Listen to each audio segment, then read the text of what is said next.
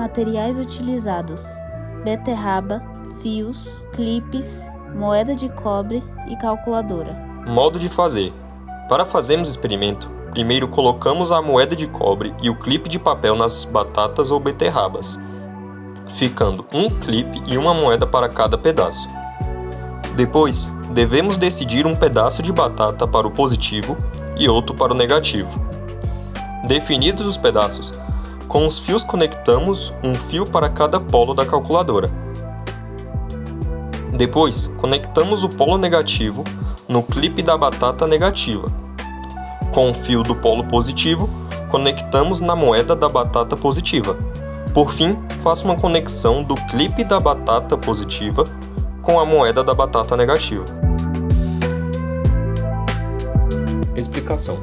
No experimento da pilha de batata, o que está acontecendo é um fenômeno eletroquímico, ou seja, na pilha os elétrons do zinco são transferidos para o cobre por um meio químico, no caso, a batata. Para explicarmos em detalhe o experimento, vamos precisar entender o que está acontecendo com a batata. Dentro da batata estão correndo os íons de zinco e indo para o cobre. Pelo fato de que o cobre está eletropositivo, quando os íons chegam no cobre, o cobre que estava eletropositivo passa a ser cobre neutro e o zinco se torna zinco 2+, fazendo com que ocorram dois processos. No zinco acontece a oxidação e no cobre a redução. Quando ocorre essa transferência de elétrons, nós criamos um fluxo de elétrons e, por consequência, um potencial elétrico. Esse potencial será quem ligará a calculadora. O potencial da batata chega a aproximadamente 1,1 volt. Observação: os íons que correm na batata têm maior facilidade de permeabilidade por causa do sódio e do potássio, que permitem a maior mobilidade dos elétrons. Uma segunda explicação do experimento pode ser a partir de um segundo experimento mais técnico, que é a pilha de Daniell, uma pilha mais rebuscada que traz um melhor desempenho. Nessa pilha usamos todos os materiais de antes, exceto a batata, que trocamos por duas soluções aquosas de sulfato de zinco e outra de sulfato de cobre, e o acréscimo de um material que é a ponte salina, que faz com que a duração da reação química seja maior. Nesse experimento, assim como no da batata, os íons do zinco que estava neutro vão para o cobre que estava mais eletropositivo, sendo cobre 2+. Depois dessa reação, o cobre se torna neutro e o zinco fica mais eletropositivo, sendo o zinco 2+. Dados esses fatos, podemos perceber que o zinco tem papel de ânodo e o cobre de cátodo. Pelo processo eletroquímico da pilha de Daniell, podemos ver de forma mais visível o processo de oxidação e redução, graças às soluções aquosas nas quais os materiais estão inseridos. O zinco 2+ se dilui na água e se torna aquoso. Já o cobre neutro, que estava na solução aquosa de cobre, pelo fato de estar carregado eletricamente, atrai os íons de cobre que estão na solução. Logo, com o passar do tempo, vemos que o zinco passa a se dissolver e o cobre a se agregar, tornando-o maior. Com essa mesma explicação, podemos fazer uma analogia ao fato de que, na batata, o cobre fica mais brilhoso, enquanto o zinco se torna mais escurecido. Curiosidade: a unidade que usamos para demonstrar o potencial elétrico e as variações dela, que são o V, volt, voltímetro, voltaico e entre outros, se dá justamente por causa da pilha de zinco e cobre. Para entendermos melhor, devemos voltar a 1791, quando um médico italiano, Luigi Galvani, relatou um dos seus experimentos onde ele colocava dois materiais metálicos, cada um em uma extremidade dos músculos da perna de uma rã. Fazendo um contato, percebeu ele que a rã tinha espasmos musculares, mesmo depois de falecida.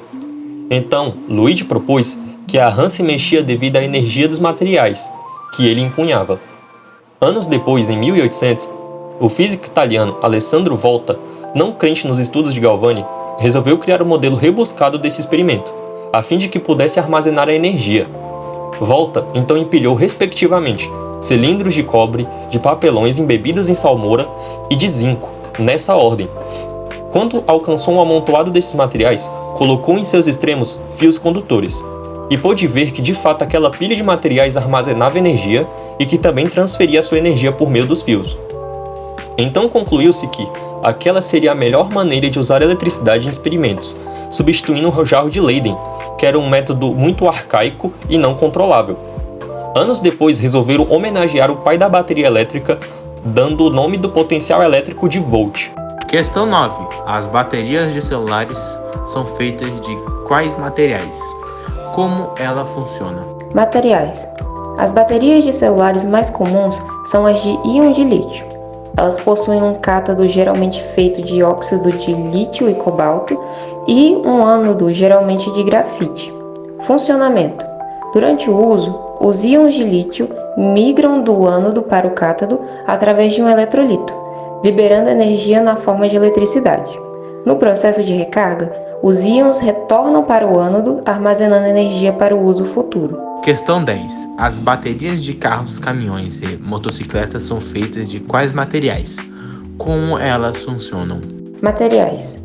Normalmente, essas baterias são do tipo chumbo ácido, com placas de chumbo como ânodo e dióxido de chumbo como cátodo, imersos em ácido sulfúrico. Funcionamento.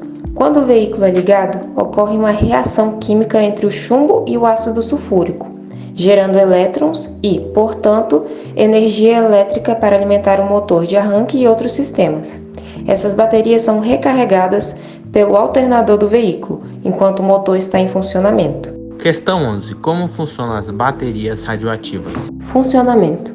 Essas baterias, também conhecidas como geradores termoelétricos de radioisótopos, usam materiais radioativos, como o plutônio-238, que decai ao longo do tempo, liberando calor. Esse calor é convertido em eletricidade através de um dispositivo chamado termopar. São usadas em aplicações onde uma fonte de energia durável e confiável é necessária, como sondas espaciais. Questão 12. Como funcionam as baterias gravitacionais? Funcionamento. Elas operam com base no conceito de energia potencial gravitacional. Um exemplo simples seria um sistema que eleva uma massa, por exemplo, um peso ou água, quando há excesso de energia, e essa massa é liberada para descer quando se precisa de eletricidade. A energia da descida é convertida em eletricidade, normalmente através de geradores mecânicos. Esse conceito é explorado em soluções de armazenamento de energia em grande escala, como em usinas hidrelétricas reversíveis.